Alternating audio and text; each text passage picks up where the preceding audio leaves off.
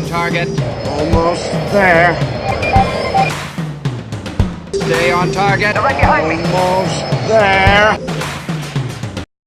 Hello and welcome to this edition of Yakima on Target. I'm here with 14th District Representative Norm Johnson, and Norm has decided to hang up the towel, throw in the towel for his legislative career. Norm, let's talk about a little bit about what's going on. Why have you made this decision? Well, you know, I think that I've served a long time in Olympia, a decade, and it's probably some time for new ideas maybe and new faces. I've been in government for over 35 years. I've, for the most part, enjoyed every bit of it. Let's talk a little bit about that history. Where did you get your start? As I understand, we were just talking, you started in Mabton on the Mabton City Council? Mabton Town Council, and I served 2.5 years. And then I took I was with the Mabton school system, and then I took a position in the schools in Toppenish, and we moved to Toppenish in January of 77. And in 78, I was elected to the Toppenish City Council. Right. And I served 20 years on the Toppenish City Council, twice as mayor. Right. And then we moved to Yakima. And I was elected to the Yakima City Council, and I served 3 years on the Yakima City Council of a 4-year term. Right. But my good friend Mary Skinner became ill and could not run again, and I guess I drew the short straw. Right. So in your years, let's talk about the difference between city councils and serving in the legislature. What were some of the highlights of your city council days? I would say a city council or a town council, such as Mabton, that's the closest to the people, much like a school board. Yes, That's yes. your closest to the people. When you're in Olympia, of course, you're more distant. You don't see your constituents on a daily basis. However, serving in the House, we think of it as the people's house. Right. That's why we run every 2 years. And because we are the closest to the people as far as state government, but not in comparison to city government. Right. People can come to a city council meeting and express their views to you. What about the issues? What are the difference in the issues that you've noticed? Well, I think, you know, when we're dealing in local government, we're dealing primarily, in the word local, with local issues. Right. And of course, then the state is kind of governs what goes on in the state. And sometimes, as the local government will tell you, we put unfunded mandates on local government, which doesn't help local government. Right. And I hope that I haven't been too much involved in that, because I came from a 25-plus year background in local government. So I know that the stresses, the strains, and the toll it puts on local government at the state level. And Norm, you were mayor also of Toppenish for 2 years. What's the difference in that role? Now, that is a city manager council That's form correct. of government, right? So what's the difference in that role as opposed to being just a council member, maybe? Well, very little, actually. Now, if I were to go back further to Mabton, that was a strong mayor government. Oh, yeah. Where the mayor has a lot of authority. In a city manager form of government, which was Toppenish and Yakima, Right. council doesn't, the mayor does not have any more authority than a council member. Right. The mayor is a ceremonial position, and it's a trying position. It's not an easy one. It's still the leader of the council. That's and you still right. are You're not only the chair, but you're also the one that meets the visiting firemen, so to speak, Right. and in many instances speaks for the city. I think sometimes city council members, and I was probably as guilty of this as anybody, is that we sometimes assume we're all the mayor, and we're not. Right. And we elected the mayor amongst ourselves. I had the opportunity in my 3 years here in Yakima to serve under Dave Edler, Right. who I enjoyed immensely. In fact, he and now Mayor Coffey were my campaign managers when I first ran for the legislature. Interesting. Let's talk a little bit about legacy. What are some of the things you can remember, even from the Mabton Council? What are some of the issues that come to mind over, you said 37, 47 years? 37. 37. 35 and a half. 35 and a half, okay. Well, first of all, I think it's important that people realize that you have a lot of people that have the big I complex. Mm-hmm. That's not the way you get things done in a community or at the state. Mm-hmm. It's a we thing. Yeah. Because one person, although I've seen many a politician over my span try to take credit, I did this, I did that, baloney. It's a we situation.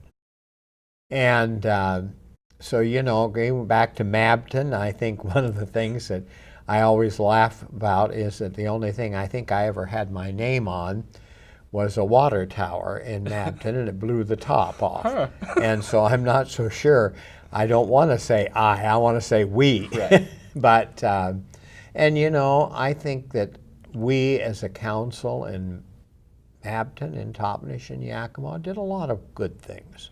I'm sure we erred over the way, but it's much easier to point a finger and say you didn't do right than it is to say you did the right thing. And so I think that's even true in Olympia.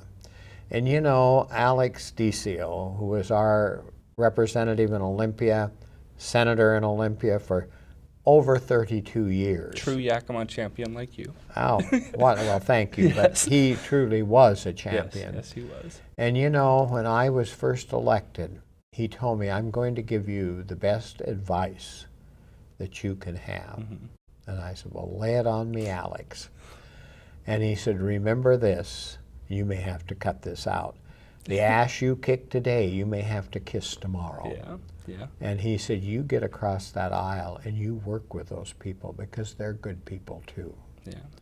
And I feel that if anything that has served me well and served my district well is that philosophy.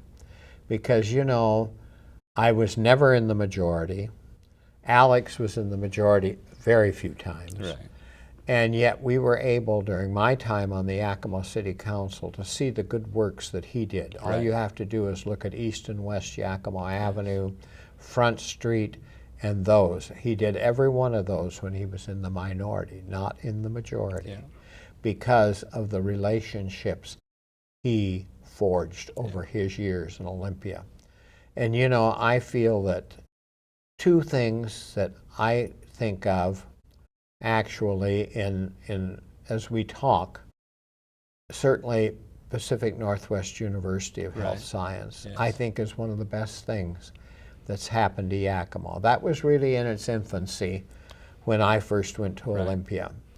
And because of Alex, I forged a friendship with Representative Eileen Cody, who chairs the Healthcare Committee, and in my opinion is the most powerful member of the House. Right. She's the dean of the House. And every time we'd try to do something for PNWU, I'd go to her. Right. And she'd say, what do you want now? And I'd tell her, and she'd say, well, do you want me to be your co-sponsor? And I said, absolutely, because I knew if her name was on a bill with me, it was going to pass the House. Right. Because they wouldn't dare vote no. Right. Because of her. And so, to me, that's a way you forge your friendship. Another example was another lady that I truly admired was Representative Judy Cliburn from Mercer Island, and she chaired the Powerful Transportation Committee. Excuse me. And when I sat on that committee, I can remember she came to my office and she said, Norm, I've got some extra money in the budget. Is there anything projects you would like to see done in your district? And I said, yes, the Allen Road interchange in Natchez. She said, I knew you'd pick the most expensive one. But we got that. Yeah. And it wasn't because of me. It was because of the we. Right, and the fact, the partnership you make with people. And I've seen so many of my colleagues refuse to have interaction with those people across the aisle. And that saddens me, because, you know, those are the friendships that you forge. Those are the things that you get things done. My sons recently gave a dinner party for me, and some key members of the legislature were there. Representative Jenkins from Tacoma, who chairs the Judiciary Committee. And you remember, when I say they're the chair, Right. they're not in my party. Yeah. And she was there and spoke. And she and I have been working on a health savings account, much like Social Security, because we know sometime down the road, if we don't do something, the state of Washington is going to be bankrupt because of Medicaid and the fact that as we age, myself included, I hate to admit that, And myself but you're included getting too. gray Yes, too. you can see it. And that, you know, we're going to need help. Yes. And the idea behind this is not something that's going to help me, but it's going to help young people like you, where you're going to pay, and you're not going to like that, much like Social Security. But at a certain age, if you need help, you can draw on that account, and we hopefully, at least for a couple of years, to keep you out of a nursing home. Right. And that, of course, would help the state fiscally, because we know that we are in a situation where we will be bankrupt down the road at some point. Yeah. I tell you, like I said, one of the great things that's happened here has been the medical school. I think it's really put Yakima on the map. They have 1,000 or better people apply. Yeah, that whole area out there is growing I mean, it's tremendously. amazing. Yeah. Another thing is Heritage University in Toppenish, which is in my district. And the strides they have made, hundreds of young people are getting an education that would not have gotten one because they couldn't afford to go to Seattle or Pullman or Ellensburg or wherever it might be. Exactly. And, you know, I see this whole valley changing. Yesterday, Representative Appleton was here in town, and she's a Democrat, and she represents Bainbridge Island, Bremerton, Silverdale, that area. So I took her on a tour, and we went to the medical school, and Adam Story showed her through the medical school. And we went to J.M. Perry Tech, and President Cody showed her through that. I mean, it's amazing what they're doing. 97% placement at Perry Institute. My son Lauren is a student there. Is that right? In the well, you know, it's instrumentation amazing. program. Yes. And when you look at the demographics of this valley, and 51 or 52% of their students are Hispanic and Native American, what a great thing. I mean, this is bringing people into the mainstream.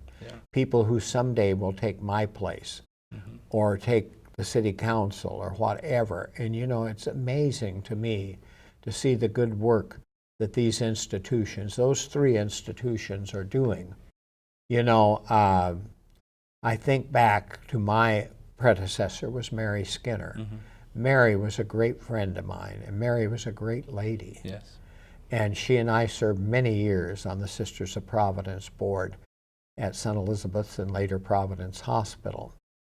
And, you know, I think that, you know, Mary was Hispanic. I don't think many people realize that, but, you know, her parents were she was first generation.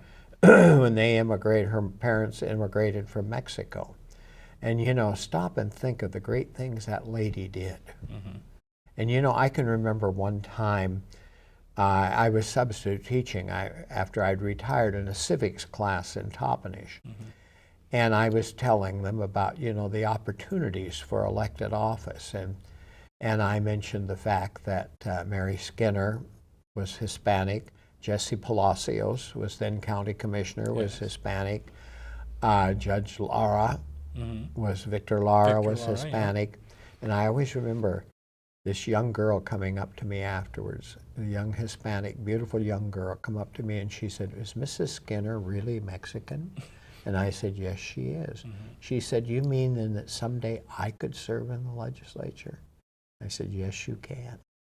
And you know, when I was there during my time, an old friend of mine was there, Phyllis Gutierrez Kinney. And Phyllis's parents had a little Mexican restaurant in Toppenish, and my parents had a restaurant in Toppenish. We grew up together, and we went to one another's restaurants. My dad and mother wanted a good Mexican meal. That's where we went. And then her brother later followed in his father's footsteps, Adolph's. Oh, yes, I know Adolph's quite And well. Adolph Gutierrez was Phyllis Kinney's brother. Yes. And you know, I think to myself, when we see those happen, we've arrived. Yeah. You know, it's amazing to me to see the transition in this valley. And to me, most of it's to good. I mean, we're always going to have problems. Right. I mean, we've got crime, we've got graffiti, we've got things like that. But I think sometimes people make a huge mistake because they want to blame it all on one ethnic group, and that isn't right, and that isn't the way it happens. As we know, particularly when I served in city government, we would hear and see who were the ones that were perpetrating. And yes, some of them were minorities, but a lot of them were not. Right. Where is Yakima at as you're exiting the legislative role? Where do you think Yakima is right now, and where can we go in the future? What are some of the things that we can do to move our community forward? You've got quite a history here. Well, as I've said, I think we've seen some new things happen, Right. i.e. the medical school. We've seen what Christine Cody has done at Perry Tech. Right. And I think that's not the end. They're going to yeah. continue to grow Yes. and have a great impact on Yakima. And, you know, it brings in a whole different group of people. And we're seeing people being trained for good paying jobs. Right. I'm amazed at what some of these young folks are getting at Perry Tech, that I think back to my first job, you know, out of the service. And I think, you know, I think we're going to see those things continue to grow, and we're going to see other disciplines come in. We know, for example, that they're training pharmacists now. Yeah. Heritage is training educators and nurses associate doctors, what do they call them? Practitioners. Yeah, nurse practitioners. Nurse practitioners. And, you know, I think those things are going to have, and with that will come more things. I think we've got the beginnings of a very good cultural community. We've got the Capitol Theatre. I think the young man that's doing that is bringing in some great venue for people's entertainment. We've seen like Mrs. Mercy open up the theater across from the parking lot there, where once a month they're showing cultural films, and eventually she'll have the capacity to bring a symphony there. We have an outstanding symphony here. And I know when in Olympia occasionally I would go to a movie and they'd one day a month or some special time, they bring the New York Symphony via satellite into the theater there in Olympia. And so, I mean, you know, we're seeing those things happen. And, you know, I can remember many years ago when I was on the board of Providence, there was a group of us that were on the committee to recruit doctors. Right. And one of the things we concentrated on was the spouse. The spouse wanted to know, how are your schools? Right. What activities do you have? You know, I recently returned from a meeting in Snowbird, Utah, which is 8,000 feet above Salt Lake City.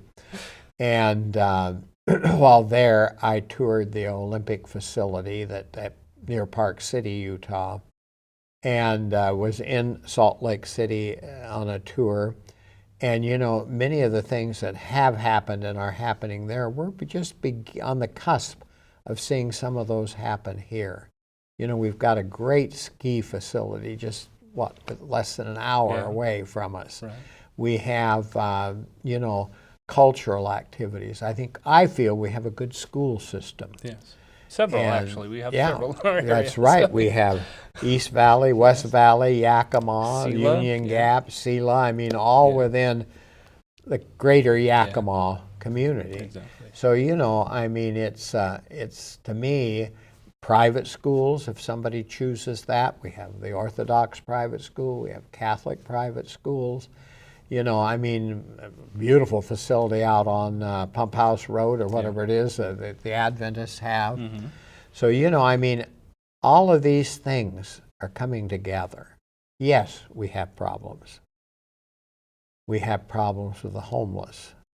But we're not alone in those problems either. No, but you know what we around need? the We state, need to bring around the all country. of these facilities together and work on solving those problems. Representative Appleton and I were talking particularly where the homeless are concerned.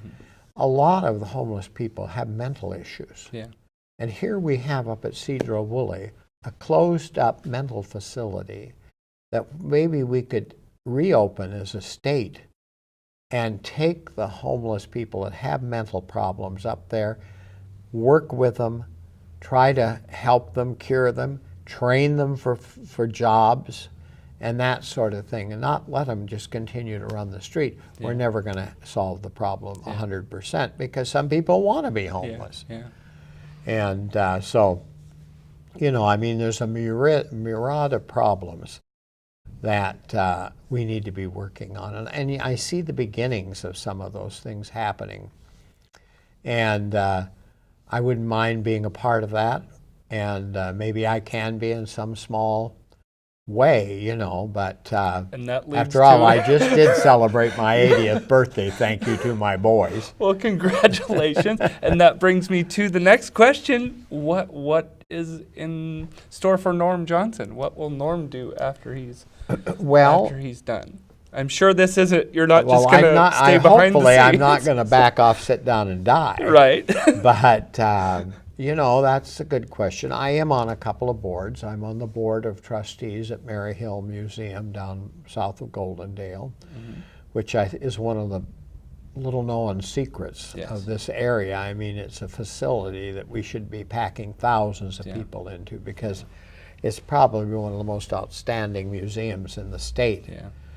I'm on the board of Neighborhood Health, which I feel Neighborhood Health, Farm Workers Clinic, and those types of things have given opportunity for people to have health care that never had it before. And, you know, it amazes me the good works that those types of clinics do. The one up on Lincoln, for example, that Dr. Maples has. You know, I mean, we are now offering health care, like I said, to people who have never had health care. And that's important. That's not only important for them, it's important for us because the healthier people are, the healthier we are. And, you know, we're blessed in having 2 hospitals here in this community. Certainly I feel a move in the right direction. Virginia Mason came in and took over Memorial Hospital. Virginia Mason has had a great reputation for a century. We know the sisters left here, but now Sunnyside has kind of formed this Astrea Health, which includes Toppenish and Yakima and Sunnyside and Ancillary clinics. That was a move in the right direction, I feel.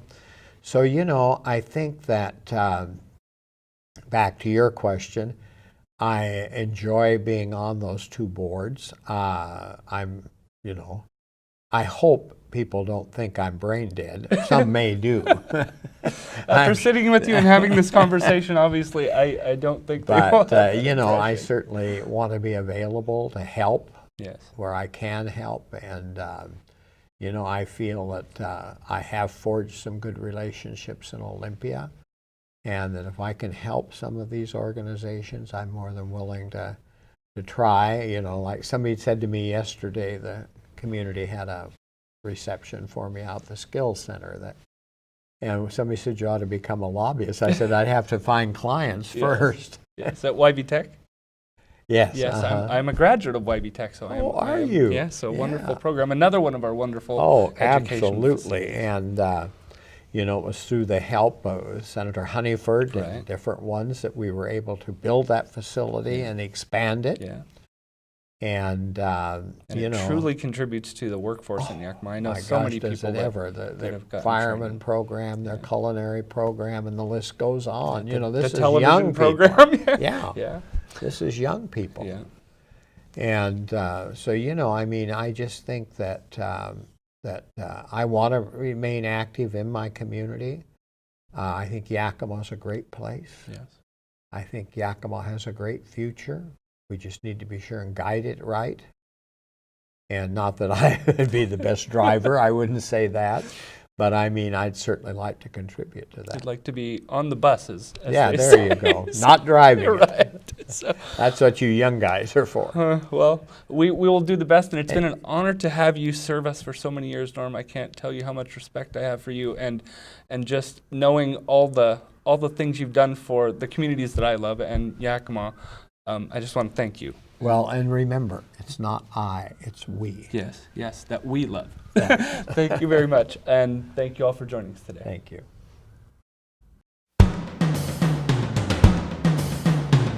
Stay on target. Almost there. Stay on target. Almost there. For more information on Yakima on Target, call 575-6092.